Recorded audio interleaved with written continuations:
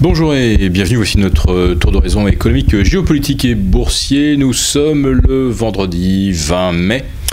Et pour comprendre comment tourne la planète finance, même lorsqu'elle tourne comme une toupie, eh bien c'est sur la bourse au quotidien et nulle part ailleurs. Et l'épisode du jour s'intitulera Boîte à baffes.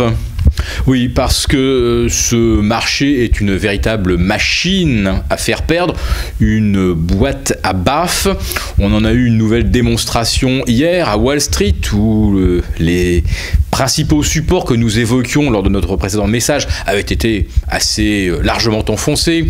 Le Dow Jones plongeant sous les 17 500, puis rapidement sous les 17 400. Le S&P enfonçant les 2040 pour filer droit vers les 2025. Et hier soir, devinez à combien termine le S&P? À 2040 points et 4 centièmes. Bigre, une imprécision de 0,4 points, c'est-à-dire de 0,0002%. Mon Dieu, mais alors, il est impossible au marché de se débarrasser du hasard. Une nouvelle fois, la glorieuse incertitude de la bourse a fait clôturer le S&P au-delà du support. Bon, vous l'avez compris, tout était programmé d'avance. Le S&P a fini à 2040, le Dow Jones légèrement en deçà des 17 450, mais devinez quoi?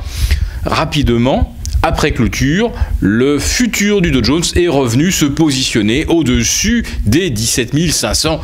Quel fantastique hasard. Donc vous pouvez être à peu près convaincu que le niveau de clôture ce soir du Dow Jones, du S&P, il est déjà connu au point près, voire même au dixième de point près, par ceux qui programment les algos. Alors maintenant, c'est devenu la mode pour tous les gérants de dire les algos. Tout le monde maintenant reconnaît qu'il y a effectivement des algos. Moi, ça fait des années que je dénonce un marché complètement automatisé et aux mains de quelques grands manipulateurs. Oui, parce que qu'est-ce que c'est qu'un algo ?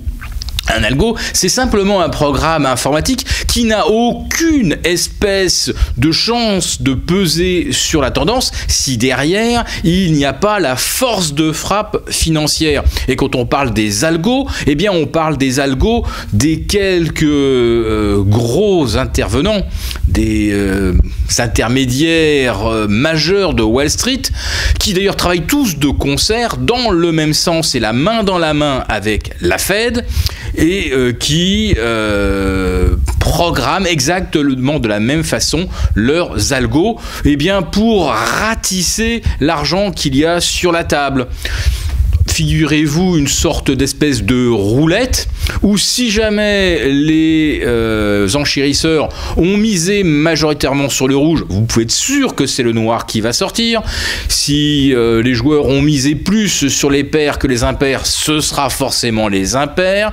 Et si vous avez une répartition à peu près égale des jetons sur le rouge, le noir, le pair, l'impair, voire le premier segment de 0 à 18, vous pouvez être à peu près certain que ça sortira entre 17 et 36 et si possible dans la couleur où il y aura évidemment le moins de jetons sur le tapis.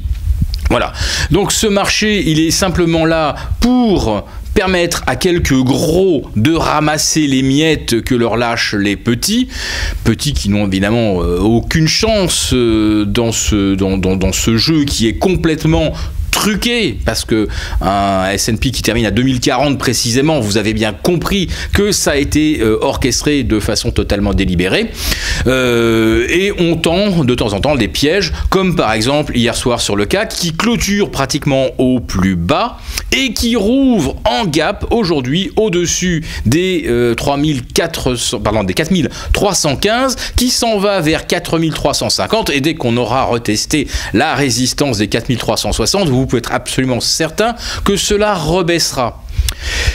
Et cette boîte à baffes, eh bien, ça fait 12 jours qu'elle a été ouverte, puisque vous pouvez regarder aussi bien le CAC 40 que le S&P que le Dow Jones. Ils évoluent dans un range de 2 à 2,5%. 12 séances au sein d'un même corridor, avec évidemment à chaque fois des fausses sorties à la baisse, des fausses sorties à la hausse, et puis à la baisse, et puis à la hausse, et etc.